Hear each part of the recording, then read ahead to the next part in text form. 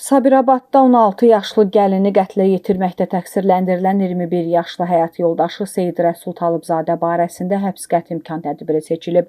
Bugün Sabirabad rayon məhkəməsi Talıbzadə barəsində həbs qəti imkan tədbirinin seçilməsi barədə istintaq orqanının təqdimatına baxıb.